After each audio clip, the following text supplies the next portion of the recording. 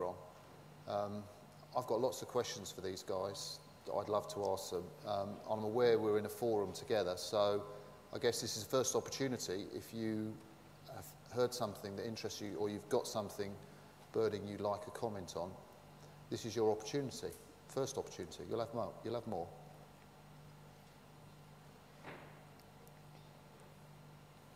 Gentleman at the back there, thank you. If you could just say who you are, and that'd be great. I'm hesitant to stay where I am because you will expect more knowledge of trademark law from a lawyer, which I don't possess. My name is Lucas Mistelis. I'm a professor at CCLS. Hi. I think one of the challenges that we see very often in the Olympics is that we have the Olympic symbol as a trademark, but we also have the sort of the identification of the games for every individual city. And I'm not sure whether the discussion so far relates only to the Olympic circles or also on the logo that was produced for the London Games, especially given that the organizing committee a couple of years ago, when there was a bit of a backlash about the quality of the logo compared with the logo of Athens, for example, as to the reaction was that this is a dynamic logo and people can change it, people can use it the way they want. I think that's a brilliant question. Actually, I'd sort of written that down. I even said to Farisha before we might get that. So that's top stuff that you've come out with that. So we got this this logo, and you know I can remember back sort of I think my first game was Moscow, where they had Misha Bear, which was a symbol, and you know obviously there are others, and you've got this very jazzy thing on your jacket, Farisha. So I'm kind of in the notion of the Olympic rings, the pure and simple rings on a white background, and how does that fit with anything that you've got on your jacket or what LOCOG is actually selling as a brand? So the Olympic rings represents the Olympic movement itself. So all over the world you'll see the Olympic rings. That is the International Olympic Committee, the Olympic movement. But when you become a host city, then you are obliged to create your own logo to represent the fact that you are actually a host city for the Games. So we have the logo that you see here. Sochi in 2014 will have their own logo, and so on and so on. And it's just pretty much the way it works. In terms of the kind of legal protections, we talk a lot about trademarks, but actually we're in a really unique set of circumstances where we actually have our bespoke legislation. So it's actually Olympic, Paralympic and London 2012 protection as opposed to trademark protection. When you look at it, do you think something different when you see the rings on a white background to when you see your logo? I mean, what does it mean for you? It does. So just summarise the two different meanings for you when you see the different logos. When I see this logo, I think about London 2012, the UK, the games that we're putting on. If I just see the rings by themselves, and I just think this is something that the International Olympic Committee are doing, and it's all about the Olympic movement. So where we are the host city, we do encompass the Olympic values and the Olympic movement, but we are also London 2012 with our own values on top, being a host city for the Games. So they do mean two slightly different things.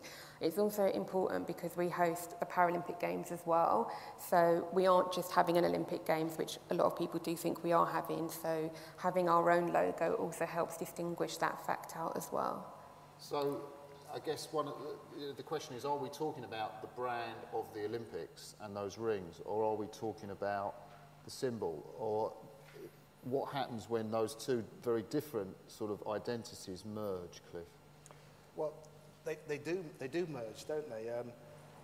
To say to an Olympian, for example, that has a tattoo of the rings on their shoulder having competed, that you're infringing copyright or intellectual property, there is a sense in which the whole Olympics and the whole question of intellectual property is very narrow, but the Olympics belongs to everyone, and it's the intersection of those things which I think becomes massively important. Could I just say, do you think the Olympics belongs to everyone, or it belongs to the 100 odd members of the IOC, and they just put it on for us? In terms of belonging, legally, what's the situation there?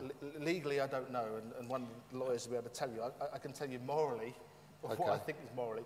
I think it belongs to, there are layers of commitment and belonging.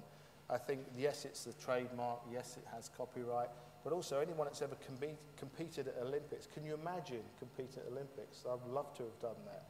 I would have a tattoo probably on my forehead, never mind on my arm, if I competed. I thought you were going to say somewhere else there. Well, as well as.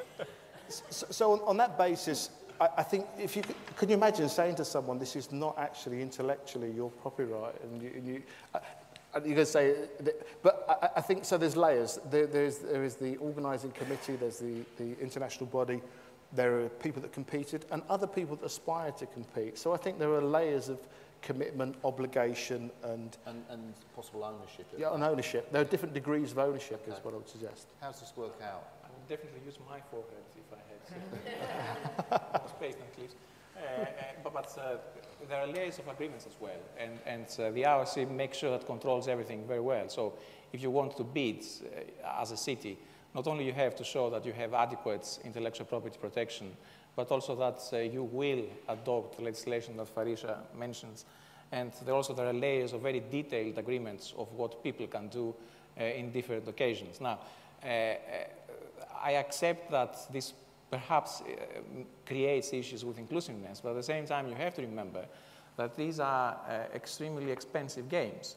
And if some money can be made for the exploitation of intellectual property that at the end of the day will not come out of our pockets as taxpayers, I can live with exclusivity.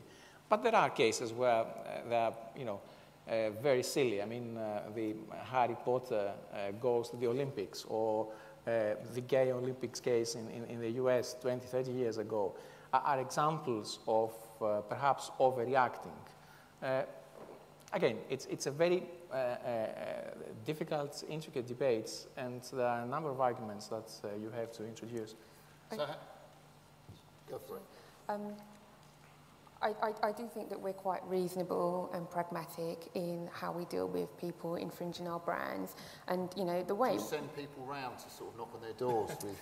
Well, it depends how bad they are. But the way it essentially works is that we have to raise £2 billion, and we have to raise that money privately. We aren't publicly funded. We are the private part of the game. So. The Olympic Delivery Authority build the infrastructure, that's where the public funds and lottery money goes, but we actually stage and host the games in 2012. And so this £2 billion that we need to find, it's an awful lot of money, and the way we raise the majority of it is by exploiting our brand through merchandise, sponsorship, and tickets. So when people say, well, that wasn't a very nice thing for you to actually do, but if we don't actually maintain the exclusivity, you can imagine that we'll go and speak to companies and we'll say, you should pay us tens of millions of pounds to be associated with us, and they'll look next door and they'll say, well, Joe Bloggs gets to do it for free, so why should I invest? And then we get into the really murky waters of, well, what are we going to do if we actually don't raise this £2 billion? So I'm really quite strong on, it might sound quite trivial and quite fun to have,